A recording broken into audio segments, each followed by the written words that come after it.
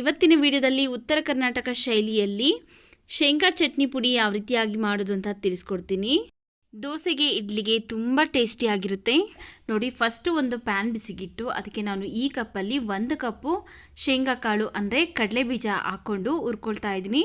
Stove ಊರಿನ low ಫ್ಲೇಮಲ್ಲಿ ಇಟ್ಕೊಂಡು ಚೆನ್ನಾಗಿ ಗರಿ ಗರಿ ಆಗೋವರೆಗೂ ಹುರ್ಕೊಳ್ಬೇಕು. ಯಾವುದೇ ಕಾರಣಕ್ಕೂ ಕಡಲೆ ಬೀಜ ಸೀಬಾರ್ದು, ಹಾಗೆಯೇ ಗರಿ ಗರಿಯಾಗಿ ಚೆನ್ನಾಗಿ ಒಳಗಡೆಯಿಂದ ಬೆಂದಿರಬೇಕು. ಆ ರೀತಿಯಾಗಿ ಕಡಲೆ ಬೀಜನ ನಾವು ಹುರ್ಕೊಳ್ಬೇಕಾಗತ್ತೆ ನೋಡಿ. ಈ ರೀತಿಯಾಗಿ ಕಡಲೆ ಬೀಜನೆಲ್ಲ ಚೆನ್ನಾಗಿ ಗರಿ ಗರಿ ಆಗೋವರೆಗೂ ಹುರ್ಕೊಂಡಿದ್ದೀನಿ. ಹಾಗೆಯೇ ಇದು ಸಿಪ್ಪೆನೂ ಸಹ ಬಿಡ್ತಾ ಇದೆ, ಹಾಗೆಯೇ ಇದು ಎಲ್ಲೂ ಸಹ ಸೀದಿಲ್ಲ. ಈಗ ಸ್ಟವ್ ಆಫ್ ಮಾಡಿಕೊಂಡು ಒಂದು ಪ್ಲೇಟ್ಗೆ ಹಾಕಿ ಇಟ್ಕೊಳ್ತೀನಿ. ಆನಂತರ ಅದೇ ಪ್ಯಾನ್ ಬಿಸಿಗಿಟ್ಟು ಒಂದು ಸ್ವಲ್ಪ ಎಣ್ಣೆ ಹಾಕ್ಕೊಳ್ತಾ ಇದ್ದೀನಿ. ಈಗ ಇದಕ್ಕೆ ನಾನು ಒಂದು 4 ಬ್ಯಾಡಗಿ ಮೆಣಸಿನ್ಕಾಯಿ, ಒಂದು 6ರಿಂದ 7 ಗುಂಟೂರು ಮೆಣಸಿನ್ಕಾಯಿನ ಹಾಕ್ಕೊಂಡು ಸ್ಟವ್ ಊರಿನ ಲೋ ಫ್ಲೇಮಲ್ಲಿ ಇಟ್ಕೊಂಡು ಹುರ್ಕೊಳ್ತಾ ಇದ್ದೀನಿ. ನಿಮ್ಮ ಖಾರಕ್ಕೆ ಎಷ್ಟು ಬೇಕಾಗುತ್ತಲ್ಲ ಅಷ್ಟು ಒಣಮೆಣಸಿನ್ಕಾಯಿನ ನೀವು ಹುರ್ಕೋಬೇಕಾಗತ್ತೆ ನೋಡಿ. ಇಲ್ಲಿ ನಾನು ಚೆನ್ನಾಗಿ ಹುರ್ಕೊಂಡಿದ್ದೀನಿ. ಈಗ ಸ್ಟವ್ ಆಫ್ ಮಾಡಿಕೊಂಡು ಇದನ್ನು ಸಹ ತೆಗೆದು ಇಟ್ಕೊಳ್ತೀನಿ.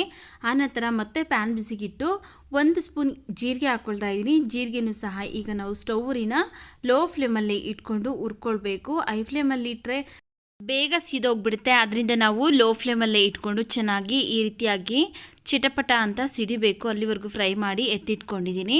ನಂತರ ಅದೇ ಪ್ಯಾನ್ ಬಿಸಿಗಿಟ್ಟು ಒಂದು ಸ್ವಲ್ಪ ಎಣ್ಣೆ ಹಾಕ್ಕೊಂಡಿದ್ದೀನಿ. ಎಣ್ಣೆ ಬಿಸಿ ಆದಮೇಲೆ 1 ಗಡ್ಡೆ ಬೆಳ್ಳುಳ್ಳಿನ ಸಿಪ್ಪೆ ತೆಗೆದು ಹಾಕ್ಕೊಳ್ತಾ ಇದ್ದೀನಿ. 1 ಇಡಿ ಹಸಿ ಕರಿಬೇವಿನ ಸೊಪ್ಪು, ಸ್ವಲ್ಪ ಹುಣಸೆ ಹಣ್ಣನ್ನು ಹಾಕ್ಕೊಂಡು ಸ್ಟವ್ ಊರಿನ ಲೋ ಫ್ಲೇಮಲ್ಲಿ ಇಟ್ಕೊಂಡು ಚೆನ್ನಾಗಿ ಹುರ್ಕೊಳ್ತಾ ಇದ್ದೀನಿ. ಗರಿ ಗರಿ ಆಗೋವರೆಗೂ ಹುರ್ಕೊಳ್ಬೇಕು.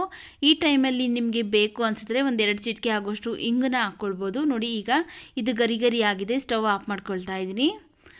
ಈಗ ಒಂದು ಮಿಕ್ಸ್ಚರ್ಗೆ ಫಸ್ಟನ್ನೇ ಹುರಿದು ಎತ್ತಿಟ್ಕೊಂಡಿದ್ರಲ್ಲ ಒಣಮೆಣಸಿನ್ಕಾಯಿ, ಅದನ್ನು ಹಾಕ್ಕೊಂಡು ಈ ರೀತಿಯಾಗಿ ಫಸ್ಟು ತರಿಯಾಗಿ ಗ್ರೈಂಡ್ ಮಾಡ್ಕೊಂಬಂದಿದ್ದೀನಿ. ಈಗ ಇದಕ್ಕೆ ನಾವು ಫಸ್ಟೇ ಹುರಿದು ಎತ್ತಿಟ್ಕೊಂಡಿದ್ರಲ್ಲ ಕಡಲೆ ಬೀಜ ಅಂದರೆ ಶೇಂಗಾ ಕಾಳು, ಅದನ್ನು ಸಿಪ್ಪೆ ಏನು ತೆಗೆದೇನೆ ಹಾಗೆ ಹಾಕ್ಕೊಳ್ತಾ ಇದ್ದೀನಿ. ನಿಮಗೆ ಬೇಕು ಅಂದರೆ ನೀವು ಸಿಪ್ಪೆ ತೆಗೆದು ಹಾಕ್ಕೊಳ್ಳಿ. ಅನಂತರ ಹುರಿದಿರುವಂತಹ ಜೀರಿಗೆ, ಈಗ ಹುರಿದಿಟ್ಕೊಂಡಿರುವಂತಹ ಬೆಳ್ಳುಳ್ಳಿ, ಹುಣಸೆಹಣ್ಣು, ಹಾಗೆಯೇ ಕರಿಬೇವಿನ ಸೊಪ್ಪು ಅದನ್ನು ಹಾಕ್ಕೊಳ್ತಾ ಇದ್ದೀನಿ. ಒಂದು ಸ್ವಲ್ಪ ಅರಿಶಿನ ಪುಡಿ ಹಾಕ್ಕೊಂಡಿದ್ದೀನಿ. ಈಗ 1 ಸ್ಪೂನ್ ಬೆಲ್ಲ ಹಾಕ್ಕೊಳ್ತಾ ಇದ್ದೀನಿ. ಬೆಲ್ಲ ಹಾಕೋದ್ರಿಂದ ಖಾರ, ಉಪ್ಪು, ಹುಳಿ ಎಲ್ಲ ಕರೆಕ್ಟಾಗಿ ಬ್ಯಾಲೆನ್ಸ್ ಆಗುತ್ತೆ. ಅಕಸ್ಮಾತ್ ನಿಮಗೇನಾದರೂ ಬೆಲ್ಲ ಬೇಡ ಸಕ್ಕರೆ ಹಾಕ್ಕೊಳ್ತೀವಿ ಅಂದರೆ 1 ಸ್ಪೂನ್ ಸಕ್ಕರೆ ಹಾಕ್ಕೊಳ್ಳಿ. ರುಚಿಗೆ ತಕ್ಕಷ್ಟು ಕಲ್ಲುಪ್ಪನ್ನ ಹಾಕಿ ಚೆನ್ನಾಗಿ ಗ್ರೈಂಡ್ ಮಾಡ್ಕೊಳ್ಬೇಕು ನೋಡಿ. ಮಿಕ್ಸ್ ಜಾರಲ್ಲಿ ಆಫು ಆನು ಮಾಡ್ಕೊಳ್ತಾ ನಾವು ಗ್ರೈಂಡ್ ಮಾಡ್ಕೊಳ್ಬೇಕು. ಒಂದೇ ಸಮ ನುಣ್ಣಗೆ ಗ್ರೈಂಡ್ ಮಾಡ್ಕೊಂಬಿಟ್ರೆ ಏನಾಗುತ್ತೆ ಅಂದರೆ ಕಡಲೆ ಬೀಜದಲ್ಲೆಲ್ಲ ಎಣ್ಣೆ ಎಲ್ಲ ಅಂಶ ಇರುತ್ತಲ್ಲ, ಅದೆಲ್ಲ ಬಿಟ್ಕೊಂಡು ಮುದ್ದೆ ಥರ ಆಗಿಬಿಡುತ್ತೆ. ಆದ್ದರಿಂದ ನಾವು ಆಫು ಆನು ಮಾಡ್ಕೊಳ್ತಾ ಚೆನ್ನಾಗಿ ಗ್ರೈಂಡ್ ಮಾಡ್ಕೊಳ್ಬೇಕು ನೋಡಿ. ಮತ್ತೆ ತಿರುಗಿಸ್ತಾ ಚೆನ್ನಾಗಿ ನುಣ್ಣಗೆ ಗ್ರೈಂಡ್ ಮಾಡ್ಕೊಳ್ತೀನಿ ನೋಡಿ. ಈಗ ಚಟ್ನಿ ಪುಡಿ ರೆಡಿ ಆಗಿದೆ, ಪರ್ಫೆಕ್ಟಾಗಿ ಗ್ರೈಂಡ್ ಆಗಿದೆ.